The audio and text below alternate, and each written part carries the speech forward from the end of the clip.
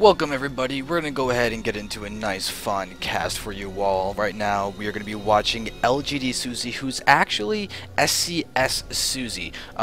Susie's just get picked up by SCS, which is a great pickup for them. If you don't know SCS is a StarCraft 2 strategy website literally called StarCraft2Strategy.com, where you can find a whole lot of great strategies, helpful tips, and everything for you and improving your gameplay of StarCraft 2. So me personally, I am quite intrigued as to what the Protoss representative Susie will be doing for this game. After all, Susie's opponent is a very popular, very well-known, and very strong Zerg player by the name of Destiny. We do have Destiny being the red Zerg in the bottom right, and we're going to be playing on Ohana LE. So these two players did go ahead and just ladder up against each other, and we're going to be curious to see what their strategies are going to be in this particular game. So now, unfortunately, I don't really know much about Susie, but Destiny is one of those players that everybody is very well aware of. I mean, he is one of the most popular streamers out there. He actually is part of Quantic Gaming, which is great. And with Quantic Gaming being one of the top teams out there in StarCraft 2, we're very curious to see what Destiny is going to be going for this particular game. Right now we're just seeing the standard opener of the 14 pool being thrown down by Destiny, and that is perfectly acceptable. We're going to see Destiny is just going to quite easily get down his hatchery soon and proceed into most likely a macro game. Don't need to disregard the fact that I don't think we're going to be seeing cheese out of him personally. I think we're going to see him play for a more standard style, as his play isn't all that cheesy. He's actually very, very solid and doesn't enjoy playing games that are just like, coin flippy. He wants solid strategies that can sort of be versatile, adapt, and allow him to just respond to what his opponent is doing. Susie has gone for the Nexus first, no Forge. There we see the Forge being thrown down. This is a great thing to do on this particular map. Ohana is a very nicely defendable map with this ramp that goes into the natural expansion. It is smaller than Antigua Shipyard, kind of analogous to Shakura's Plateau. The main thing to realize for Protoss is that there is this destructible rocks that is present behind the natural expansion. These rocks are can be a little bit troublesome. Roach pressure comes in and attacks the rocks. You dart back and forth. A good little bit of cannons over here and a few sentries can sometimes be enough to defend Protoss, but there are cases where it can be a little bit of a tricky scenario for Toss to defend. Destiny, as we can see, is just happily getting his queens out. The natural is just now being thrown down. Looks like there was a little bit of a block with the pylon down there, but the probe is still alive and ready to delay the third of Destiny. That's going to be really annoying. We do see Destiny's having a very nice just attack pattern with these links, and to make sure that this probe does not stay here for very long. He's most likely wants to get down that third, as we do see the drone is moving along to the left. So just seeing standard play out of both these players so far. We see that the gateway is finished. We see a cybernetics core around the placement of this wall, I would assume shortly, and there it is.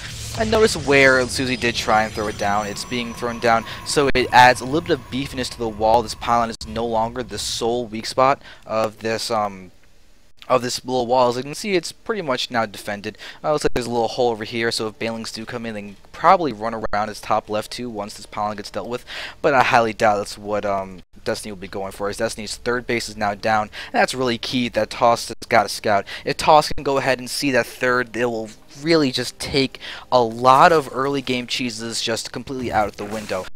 Destiny is clearly not going to go over Baneling Bus. Ling Roach play is still a possibility, but it's less likely as he's going to be continuing to drone up, as we can tell.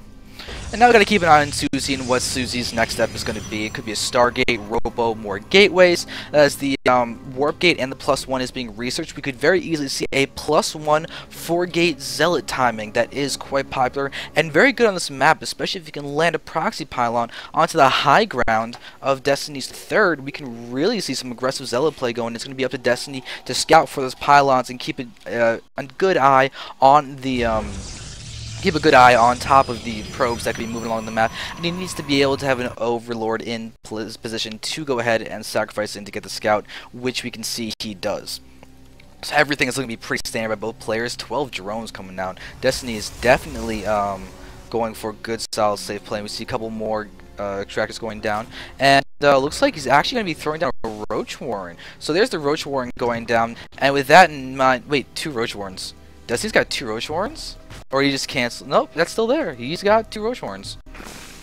I wonder if that's a mistake, or if he's going to try and be sneaky and get out Galil and Tunneling Claws at the exact same time.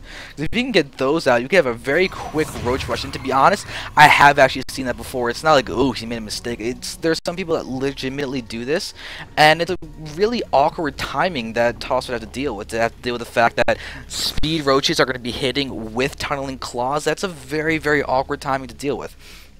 And we see with only 1 cannon down, we do have, Twilight Council getting Blink. We could have a large Blink all-in coming from Susie, and that could be really, really bad if we're going to have Burrow, Tunneling Claws, and Glue Prostitution being done for Roaches, because we have this +2, because Noah's +1 is already done, and we have the +2 along the way now. This +2 Blink timing could be devastating against Destiny. It could be absolutely devastating. It looks like he did not cancel one of those Roach Warrens. He's getting down his hatchery now. He's going to have enough to get Galil, Burrow, and Tunneling Claws, I believe, the second that the lair pops. So you could really be seeing him going for quite a ridiculous timing.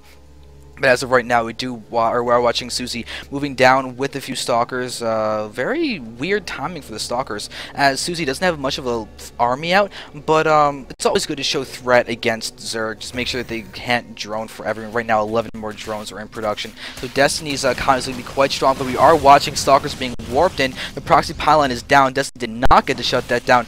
Probe is still present on the map, and Susie is here, but we see Blink is not quite done yet. It is just army versus army. And Destiny is now supply blocked, and that's really unfortunate for him, because this is a very quick hitting Stalker attack. You're not used to seeing this as Zerg, because usually you wait for the Blink to be done, but now we're watching just Spine Crawlers getting picked off, Overlords getting picked off. That Spine Crawler does get canceled. Nice timing by Destiny there, but it looks like Susie's preparing to hit yet again. Blink is just completing now. The +2 is almost done, and we do have Destiny's just getting down his Glue Constitution. He needs units. He can't get the Tunneling Claws. We see the Burrows being researched as well, but luckily it's not this hatchery, otherwise it will be destined to fail. But as of right now, the hatchery is dead.